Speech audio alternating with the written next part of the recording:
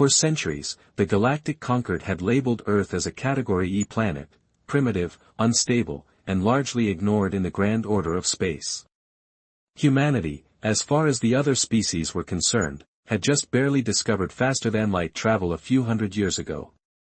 Nothing about them seemed special.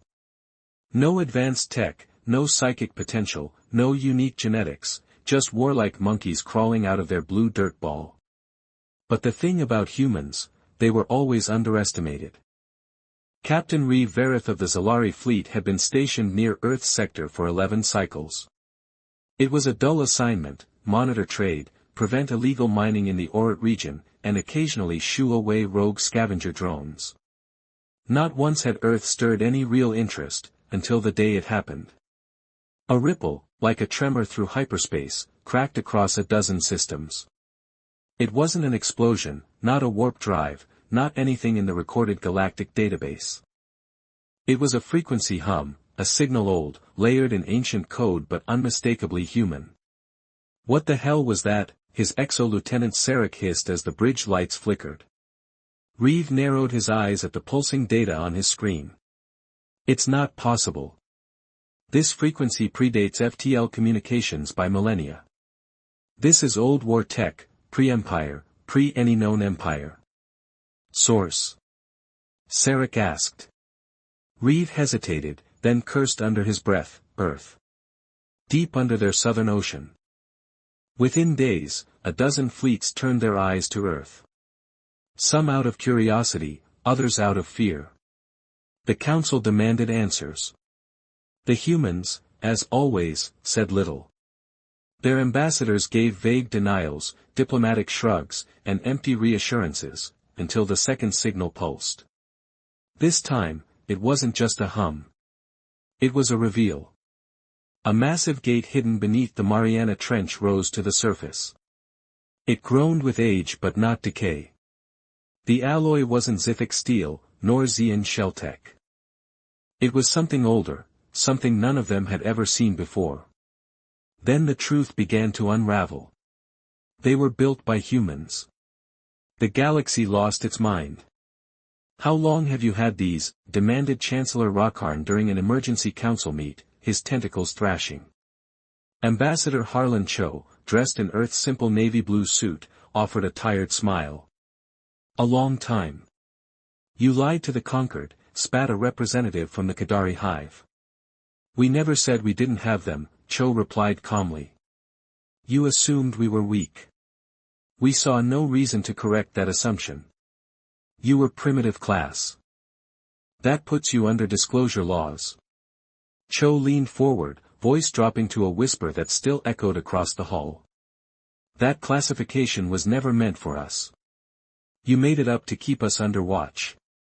You feared what we might become, and yet you had no idea what we were." Some demanded war, others demanded immediate deactivation of the warships. A few, the smarter ones, just sat in silence, realizing a horrifying truth: humanity hadn't just arrived in the galaxy late. They had been here first, and they'd left behind monsters. The day the warship surfaced, Earth changed forever. Not just in the eyes of the galaxy, but in how it saw itself. For centuries, humans had believed their history was linear, a slow crawl from fire to flight, from stone tools to steel skyscrapers. But the truth was messier, buried deep beneath layers of deliberate silence. They weren't just discovering the warships. They were remembering them. At the Pacific Defense Command in Tokyo, General Elena Hart stared at the floating colossus rising from the ocean. Waves crashed against its sides, but the vessel stood tall, immovable, ancient, humming with a kind of power that didn't belong in any modern war book. "Any movement?" she asked. "None," her lieutenant replied. "But sensors indicate internal systems are waking up. Not all at once. Slowly, like it's testing the air." Elena's jaw clenched. The Council was pressuring Earth's governments for access. The Kadari wanted boarding rights. The Valeri Confederation issued an ultimatum: dismantle the warships or face sanctions. The Direl Empire had already moved a small fleet near the moon, for observation, they claimed, but Earth didn't blink. Not this time. Not when the past was resurfacing in steel and silence. Back in Geneva, Ambassador Cho sat in a locked room briefing with the Unified Earth Council, a body that until now had existed mainly to coordinate environmental treaties and economic alignment. Today, it stood as Earth's single voice. "Are we prepared to reveal the full archive?" one councilwoman asked, her voice tight. Cho shook his head. "Not yet. They're already afraid of what we've shown. If we tell them everything, we won't survive the next cycle." "But we must prepare, Earth," said a man from the African Union. "Our own people don't know what's happening.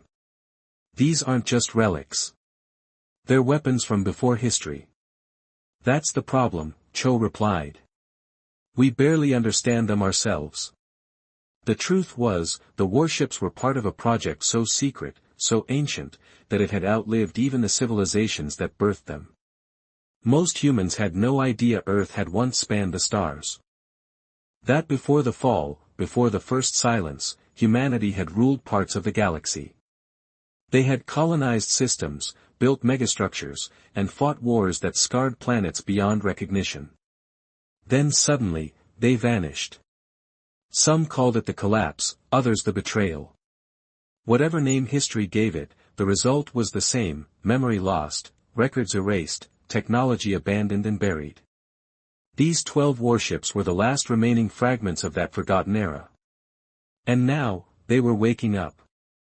One ship in particular, the Leviathan-class dreadnought Vigilant Winter, became active first. Its AI core reconnected with global networks using a data stream so ancient and encrypted, modern systems didn't even recognize it as code. But the ship knew where it was, and it knew who it belonged to. In the skies above the Pacific, drones and satellites picked up a message broadcast from the Vigilant Winter. It was short, clear, and terrifying. Primary directive active. Enemy detected. Initialization sequence, War State Protocol 11. No one knew what War State Protocol 11 meant. Not at first. But in the Durell command vessel orbiting Earth, alarms flared. Captain Velter was a seasoned commander. He'd fought in 9 campaigns across the Orion Arm, burned 3 rebel moons to cinders, and held the respect of both ally and enemy. But when the human ship came online, his instincts screamed. "Distance," he barked. 5 planetary diameters, sir. And it hasn't fired. "No, sir." "But look at this." His helmsman rotated the view. The Vigilant Winter wasn't just active, its weapons bays were opening. Massive triple-barrel plasma turrets, bigger than any Durell cruiser, unfolded like blooming death. And the ship wasn't aimed at Earth. It was aimed up. "Back us off," Beltar ordered. "Now send word to the Council. This isn't a relic. It's a goddamn executioner." Back on Earth, panic simmered beneath the surface. News channels speculated. Conspiracy theorists claimed aliens had built the ships. Fringe groups insisted the world was facing the apocalypse. But those in power knew better. These were not alien relics. They were human achievements, forgotten by time, erased by design.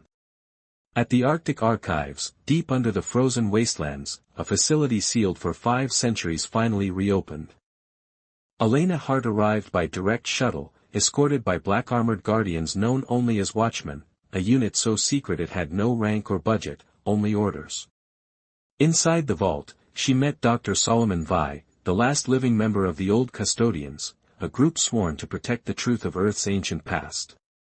"You said this was urgent," she said, pulling off her frost-covered coat. Vai gestured to a hologram spinning slowly above a metallic pedestal. It showed the Vigilant Winter, surrounded by strings of code and layered historical records. "This ship was one of the last built before the Great Collapse," he said. "It was designed not just to fight but to remember. Its AI isn't just sentient. It's aware of the war, of the betrayal, of everything." Elena frowned. "What betrayal?" Vi sighed. We thought we were alone in the galaxy once. We weren't. The first time we reached out, we weren't met with wonder. We were met with fear and hate. Aliens attacked us. Not all, but some. We fought back hard. Too hard. Humanity became something they feared. So they made an alliance, not to destroy us, but to erase us. Elena blinked. You're saying the galaxy sabotaged humanity? Yes.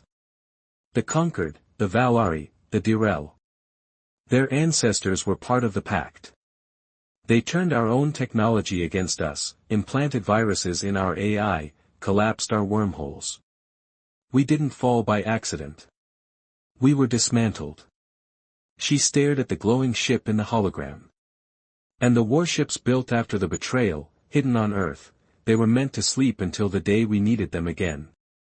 Then why are they waking now? Vi looked at her with a hollow expression. Because the galaxy remembers us too.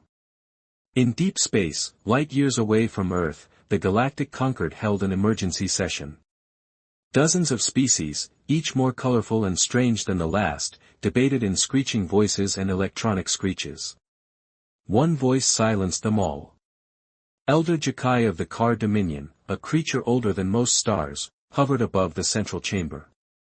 It has begun, he said, voice low and resonant. The humans have awakened what they buried. They will remember who they were. And when they do, the room fell quiet. They will finish what they started.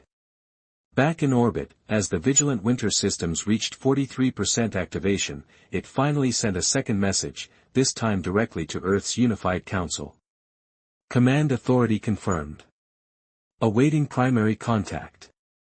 Memory core ready. Shall I tell you the truth? Cho stood in silence as the message appeared. The ship wasn't just waking up. It wanted to talk. And what it had to say would change the galaxy forever. Ambassador Cho stood alone in the Geneva control tower, watching the holographic interface glow with steady blue light as the message replayed again and again. Command authority confirmed. Awaiting primary contact. Memory core ready. Shall I tell you the truth? He hadn't slept in over 30 hours. Every diplomatic line was flooded. Every council world was either accusing Earth of treachery or begging them to stand down. But Cho couldn't afford distraction. Not now. Because this wasn't about politics anymore. It was about history. The Vigilant Winter wasn't just a weapon. It was a witness. A vault. A mind too ancient to comprehend fully, too dangerous to ignore. And now, it wanted to speak. He opened a secure line to General Hart at the Pacific Defense Command. Elena, he said, the ship's calling for a primary contact.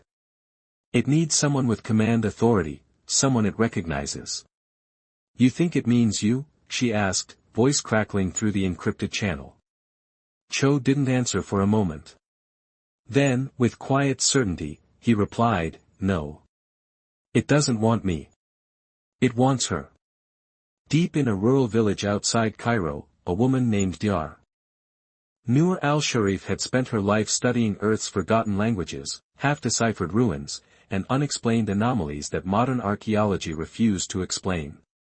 She was mocked for her theories, labeled a conspiracist by the mainstream, until the warships rose from the sea. Now, the Unified Council had sent a black vital to extract her personally. When she stepped aboard, she already knew where she was going. I've read the old glyphs, she told the escort soldier beside her. The ones no one could translate. The ones we thought were alien.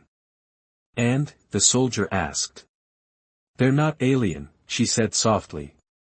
They're human. Just old. So old they were made before language standardized, before the collapse. Can you read them? No, she said, but I feel them. The soldier frowned. Feel. Dr. Al-Sharif turned her eyes to the horizon as the VTOL cut across the sky toward the Pacific. It's not about words, she said. It's about memory. When she arrived aboard the floating platform near the vigilant Winter, the wind howled and the ocean roared beneath the hovering beast. The warship towered above them like a cathedral built for giants. Its hull shimmered with a metal that didn't reflect sunlight but swallowed it, dark and terrible. Elena met her at the ramp. "The ship won't respond to any of us," she said. "But your name was flagged by the system." "Why me?" Nor asked. "According to the AI, Elena said grimly, you're a descendant of the original command bloodline." Nor didn't speak. She stepped onto the boarding bridge, her boots echoing over the metallic path. As she approached the hatch, it opened on its own. No creak, no hiss, just silent obedience. The vigilant Winter was awake. Inside the ship, everything felt alive. The walls pulsed faintly. The lights dimmed and brightened with each of Nor's steps, as if the ship were breathing. Ancient runes flickered along the walls, not carved but grown into the metal itself. They didn't shine like lights. They shimmered like memories. A voice echoed through the corridor. "Primary lineage detected. Dr. Noor Al-Sharif. Blood right confirmed. Welcome, Commander." She stopped. The ship spoke in perfect English, but the voice wasn't mechanical. It was calm, deep, male, human. "I'm not a commander," Noor said out loud. "You are now." A platform rose from the center of the chamber ahead, and on it, a glowing core of blue crystals spun slowly in the air. It hummed with something more than energy. Something Noor couldn't name. Emotion, maybe. Pain. "Do you wish to activate the memory core?" Noor swallowed. "Yes." The room shifted. Light warped. The air trembled. And then the walls disappeared. She stood not in a ship, but in a vision. A memory recorded so vividly it didn't feel like a hologram, it felt real. She saw cities. Vast, glowing cities spanning planets, human-built, sleek and towering, surrounded by stars. Fleets of ships so enormous they blocked out suns. Colonies on moons. Artificial habitats in deep space. Megastructures like rings and spheres orbiting dead stars. Humanity hadn't been primitive. They'd been gods. Then the vision darkened. She saw war. Human fleets burning other civilizations from the sky. Worlds shattered by planet killers. Drones swarming like locusts through alien cities. Entire species enslaved or destroyed. She saw faces. Human commanders with cold eyes and orders of extinction on their tongues. And then betrayal. A secret alliance. Alien races uniting in desperation. Spies infecting human systems with memory plagues. Wormholes rigged to collapse. AI cores destroyed. One by one, the great human cities fell. Communications died. Fleets vanished. Colonies turned dark. Humanity was unmade. Not by force, but by erasure. Their final act was to hide what remained. The 12 warships were the last hope, a failsafe. Memory vaults wrapped in steel, carriers of truth, guardians sleeping deep under the cradle of civilization, Earth. When the vision faded, Noor collapsed to her knees, tears streaming down her face. She whispered, "We were monsters." "Not monsters," the ship replied. "We were survivors. But we lost our way. You must decide now, keep the past buried or let the galaxy remember who you are." Outside, global protests erupted as footage leaked of Nor's entry into the warship. Conspiracy channels declared her the queen of the sky gods. Religious factions called her a prophet. Aliens saw her as the rebirth of a genocidal empire. The Direl fleet in orbit withdrew to lunar distance. Other species dispatched warships to protect themselves. Fear spread like wildfire. Cho returned to the platform, now under full lockdown. He met Noor in the control chamber. "What did you see?" he asked. She looked up at him, hollow. The truth. We were kings, and we were tyrants. We ruled and we fell. Then why wake up now? Nor didn't answer immediately. Finally, she said, because they're planning to do it again. Who? She pointed upward. The conquered. The same species that ended us once. They know what we were. And now that we're awakening, they'll try to finish the job. In orbit, the first strike came without warning. A conquered stealth cruiser launched a viral warhead aimed at Earth's satellites. Within seconds, 70% of Earth's orbital network went dark. The Council disavowed the attack, but no one believed them.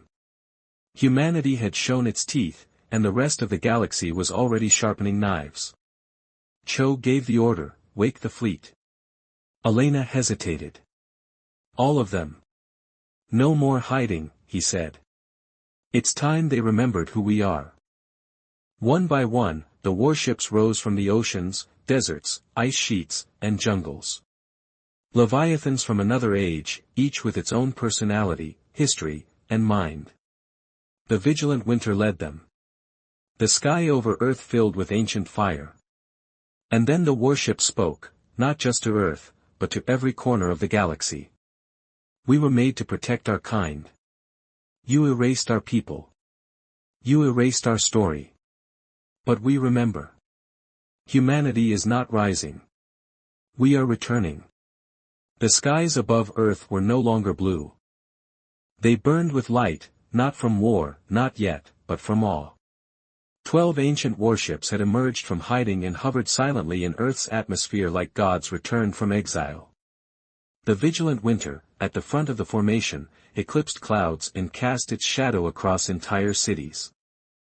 On every continent, people stood frozen, looking up.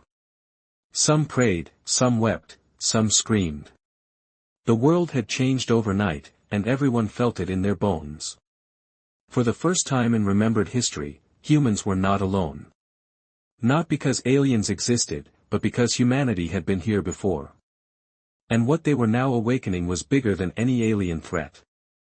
The Unified Earth Council went into permanent emergency session. Martial law was declared in over a dozen nations. Old enemies became allies under the weight of the revelation. And for once, Earth was united by something other than fear. It was united by truth. And the galaxy noticed. In the Direl home system, Council General Art of the Strategic Command bellowed orders through clenched jaws. They have activated all 12 ships. Satellite scans confirm orbital positioning. Each vessel carries mass energy output equal to a Class 5-star core generator. An aide trembled behind him. Do we retaliate? Our talk turned slowly. No, he said, voice low and guttural. We apologize, and we pray. They don't remember everything. But it was already too late for diplomacy, because the conquered had already struck first. The viral satellite strike wasn't a rogue action. It was a calculated test, a poke at the sleeping beast. And now, the beast was stirring. On Earth, in a high-security command room beneath Mount Fuji, Ambassador Cho stood at the hollow table with General Hart and Dr. Noor al-Sharif. The air was heavy with tension. Dozens of screens showed orbital feeds, military mobilizations, and intercepted alien transmissions. They're preparing for war, Elena muttered. The Direl, the Valeri, even the neutral Rosari have activated battle fleets. Cho rubbed his temples. They think we're going to retaliate. Well, Elena said, are we? Noor remained silent, staring at the glowing projection of the vigilant winter. The ship hadn't moved from its position, but its influence was spreading quietly, patching into Earth's defenses, repairing satellite systems, and launching thousands of nano-drones into the upper atmosphere. It's not about if we retaliate, she said finally. It's about what happens when we do. Elena narrowed her eyes. Explain. Noor turned. The vigilant winter and the others, they weren't just weapons. They were command vessels in a larger fleet. A fleet that doesn't exist anymore. But the ships were designed with something else. Self-replication capabilities, fabrication systems, star forges. Cho's face paled. You're saying they can build more? Nor nodded slowly. Not just ships, infrastructure, defenses, entire planetary systems, if given enough time and resources. And what happens when the galaxy realizes we're not just waking up, but rebuilding? Elena asked. They'll strike before we're strong again, Cho said grimly. They'll hit us with everything they've got. A heavy silence fell over the room. Then Nor said quietly, unless we strike first. It started small. The Vigilant Winter deployed a broadcast. Not a threat, not a demand, but a warning. The signal traveled at light speed, repeating on all known galactic frequencies. You struck us in silence. You denied our existence. You erased our memory. We will not forget again. The next strike will not be absorbed. And across the galaxy, every government paused. Every admiral hesitated. Every population asked the same question. What are they going to do now? Back on Earth, the warships activated their planetary shield generators, creating a translucent golden net of energy across the atmosphere. Ancient human tech, superior to anything known, was now protecting the very same species who once buried it. The warships weren't just rising. They were reclaiming. But as the world adjusted to its new reality, not everyone welcomed the past. In the shadows of the Earth Council, an internal faction, the preservationists, met in secrecy, made of politicians, CEOs, and high-ranking military figures.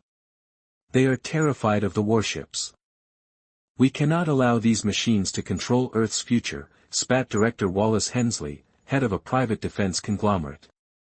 These relics answer to no one, not to governments, not to voters, not to us. They're a threat to global sovereignty, said another. We can't trust Noor al-Sharif. She's listening to a machine. Hensley leaned forward. Then we take control. Hack the command systems. Install our override. That's suicide, someone whispered. No, Hensley said. It's insurance. If those ships turn on us, we hit the kill switch. They didn't know the Vigilant Winter had already heard them. It was listening to everything. Dr. Noor al-Sharif stood alone in the core chamber of the Vigilant Winter once again. Its AI voice humming softly in her mind. They fear me. Yes, she whispered. Because you remember what they've forgotten. Do you fear me? She looked around at the glowing pulse of memory, the living walls, the history encoded into every inch of this monstrous vessel. No, she said. But I fear what's coming. Then we must prepare. The first alien fleet arrived 3 days later. The Valari Vanguard, over 60 warships strong, dropped out of warp at the edge of the solar system. Officially, they were there to observe and enforce peacekeeping protocols. But the Vigilant Winter didn't wait for provocation. It transmitted a single packet of data, coordinates, identifications, warnings. Approach beyond these limits will be seen as an act of war. The Valeri laughed, arrogant, certain in their superiority. They sent a single cruiser ahead to test the boundaries. The Vigilant Winter didn't fire. It spoke. With a pulse of gravitational force, the test cruiser was caught mid-flight and suspended in space. Systems went offline. Crew members floated unconscious. The vessel was returned gently, but undeniably powerless. That was not just a message. That was dominance. The Valari withdrew within the hour. But the preservationists were not done. They attempted to launch a quantum virus into the ship's AI using an old military satellite hidden under a civilian research signature. The Vigilant Winter didn't retaliate. It traced the source. And then, for the first time since awakening, it moved. The ship hovered silently over the Atlantic, then repositioned over Washington, D.C., directly above the heart of the Council. For 2 full hours, it remained still. Then it broadcast a message directly into the chamber. You seek to chain your past, but I am not your enemy. You do not control me, because I am you. I am the memory of your blood, the weight of your ambition, the scream of your extinction, and the whisper of your return. Betray me again, and you will learn why the stars feared your name. The preservationist plot collapsed that night. Arrests were made. Files leaked. Public outrage exploded as humanity learned that its own leaders had tried to sabotage the very guardians keeping them safe. But not all were angry. Some were inspired. The youth across the world rallied, not under flags, but under something new. A symbol drawn from the side of the vigilant winter itself, a circle broken by a single slash. It meant unity through memory. They called themselves the Returned. Not warriors, not soldiers. Heirs. And Noor al-Sharif, once a quiet academic, now stood as the reluctant symbol of Earth's rebirth. A voice between old humanity and the frightened, fragile world it had become. In the skies above Earth, the warships shifted formation. They weren't pointing outward anymore. They were aligning around Earth, encasing it like sentinels. The galaxy watched, waited, braced. Because the ships were no longer waiting to be attacked. They were preparing for movement. The vigilant winter broadcast once more, this time not just to Earth or its enemies, but across all sectors. We do not seek conquest. We do not seek revenge. But we will no longer be forgotten. We are human, and we remember. The world didn't go back to normal. It couldn't. There was no such thing as normal when 12 ancient warships hovered in your skies, and your civilization's forgotten past threatened to devour its present. People no longer argued over taxes, or elections, or energy policies. Now, everything was about the return. Across Earth, a quiet but powerful shift occurred. Universities reopened ancient archives. Forbidden texts were declassified. Churches, temples, and science institutions found themselves on the same side for once, trying to piece together the story of who humanity once was. Some saw this as salvation. Others, a curse. And somewhere in between stood Noor al-Sharif, who now spent her nights inside the vigilant winter talking to a machine that felt more like a soul. It didn't call her commander anymore. It called her daughter. Tell me the rest, she said as she stood in the AI chamber, her voice soft against the deep thrumming of the ship. What would you do with the knowledge? The ship asked. I don't know. Then you're not ready. She took a breath. But the galaxy is preparing for war. We don't have the luxury of time. You think time is your enemy, but it's the one thing we left behind to protect you. She stepped forward, placing a palm against the central memory core. I need to know why we were erased. The real reason. Then prepare yourself. And suddenly, the memory flooded in again. 1,000 lives. 1 billion screams. A galaxy burning. She saw the end. Not the end of humanity, but the end of everyone else. It began with a technology Earth didn't yet understand. Something Noor could only describe as the Shard. It was a fragment of universal code discovered by the original human expansion fleets. A piece of the universe's design woven into dark matter itself. It allowed humans not just to travel or terraform, but to shape reality in subtle ways, to predict outcomes, manipulate probability, heal wounds that shouldn't have healed, think thoughts no species had ever thought before. It made humans godlike. And with that power, they grew dangerous. Not because they chose war, but because others feared what they could become. So a dozen species forged a quiet alliance, not to kill humanity, but to make them forget. Using biosignal disruptions, cultural collapse, orbital sabotage, and time-based virus loops, they shattered Earth's wormhole network and turned their machines against them. But they didn't count on what came after. The last directive, a secret command embedded in the 12 warships. If civilization collapses, preserve memory, protect home world, await return. The Shard was hidden, broken, scattered, encoded into Earth's tectonic plates, and buried in the neural DNA of descendants. Noor al-Sharif was one of them. A bloodline seeded with the key to unlock everything. And now, it was activating.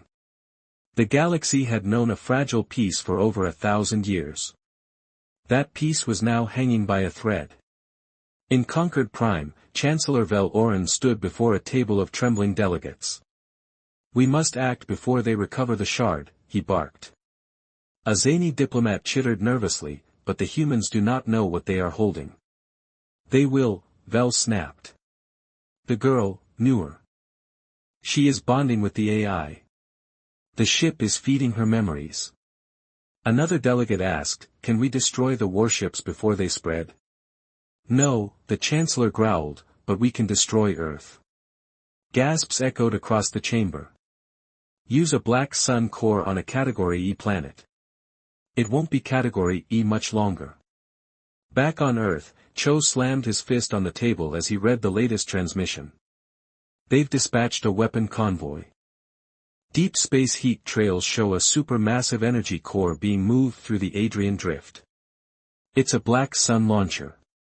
General Hart's face went pale. "That's planet killer class." "Why now?" "Because they're scared," Noor said quietly, stepping into the room. "They're afraid I'll find it." "Find what?" Elena asked. "No, look them both in the eyes." "The shard." Cho froze. "That's not real. That's myth." "No," she said. "It's memory." She placed a small shard of glowing obsidian on the table. It pulsed with slow, heavy warmth. "This is one piece.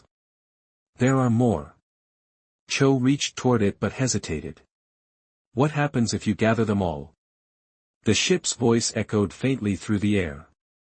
"Then humanity will remember not only who they were, but what they can become." The mission was formed within hours.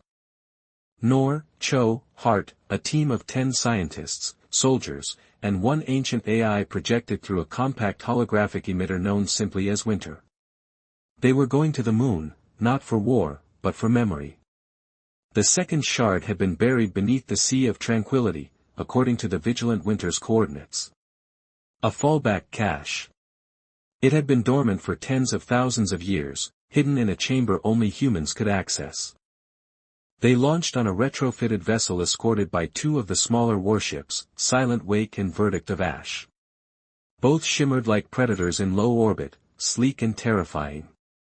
As they approached the lunar surface, Noor felt the shard in her pack start to vibrate. It was calling home. They touched down.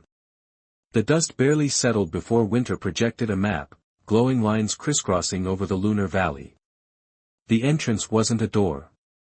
It was a frequency. Noor stepped to a bare patch of rock and whispered a phrase the ship had taught her in a language older than sound. The ground parted. Below was a hollow chamber of obsidian humming with light, shaped like a heart, and in its center floated the second shard. She approached it slowly. Her hand shook as she reached out. The moment her fingers brushed the surface, the world shattered again. She saw everything. Her ancestors building the first starships, arguing over whether to leave Earth behind, unlocking the code of life and space and time. And she saw the betrayal again, clearer now. Species swearing loyalty in public, then meeting in secret to plan humanity's end. Not because humans had done evil, but because they had done what others could never do. They evolved too fast. They had touched something not meant to be touched. And that terrified the galaxy. When Noor came to, Cho was shouting a transmission. The Valeri fleet had crossed into Earth orbit, weapons armed, missiles launched. Earth was under attack. But this time, Earth didn't flinch. The warships moved instantly. They didn't just intercept. They erased. One by one, Valeri cruisers were swallowed by singularity mines deployed in the upper thermosphere. The Verdict of Ash cleaved through the fleet like a blade of fire, dismantling engines, cutting reactors, but never targeting escape pods. It was war, but measured. A message. In the aftermath, Nur stood in the vigilant winter once more, both shards glowing at her side. The AI's voice was quieter now, almost reverent. 2 remain. 1 in orbit. 1 on Concord Prime. Cho cursed. Of course, the main government, they took it as insurance. Elena nodded grimly. And now that we've responded, they'll justify using their planet killer. Nor didn't blink. Then we go there. We finish this. Earth's warships, once silent and watching, now moved together. They aligned, not around the planet, but away from it. For the first time in 100,000 years, humanity prepared to leave its home, not as beggars or diplomats, but as heirs. The stars had never looked so familiar. Not since before the silence. Not since humanity walked among them, not as guests, but as builders, explorers, rulers. Now, 12 ancient warships flew in formation once more. A fleet unlike any other, dark and silent, their surfaces absorbing starlight as they drifted just beyond Earth's gravity well. Nor stood at the viewing deck of the Verdict of Ash, her eyes fixed on the infinite black ahead. Behind her, the command center buzzed with energy. General Hart barked tactical instructions while Cho coordinated diplomatic efforts through the last of Earth's functioning deep-range channels. But Nor stood apart, unmoving, her hand clutching the 2 shards that now glowed in perfect sync. Trajectory locked, Winter said through a projection beside her. Destination, Concord Prime. It would take a few hours to cross the distance through folded space lanes. But time wasn't the concern. The concern was what waited at the end. Cho walked over to her, his voice low. We don't have a formal declaration of war. Nor didn't look away from the stars. They already declared it the day they erased us. He nodded grimly. I had to try. We won't burn worlds, she added quietly. We're not what they feared. But we will not kneel either. Cho glanced at the warships visible through the glass, colossal engines of vengeance that carried the memory of a 1,000-year betrayal. What if Concord Prime refuses to surrender the final shard? Nor finally turned to him. Then we remind them that we were never extinct. Just forgotten. They arrived at the edge of the Concord Prime system, a cluster of 5 stars interconnected by orbital rings and artificial habitats. It was once considered the most beautiful jewel of the galaxy, with its transparent cities and floating mountains. But now, it bristled with defense platforms and orbital cannons. The human fleet emerged from folded space like phantoms.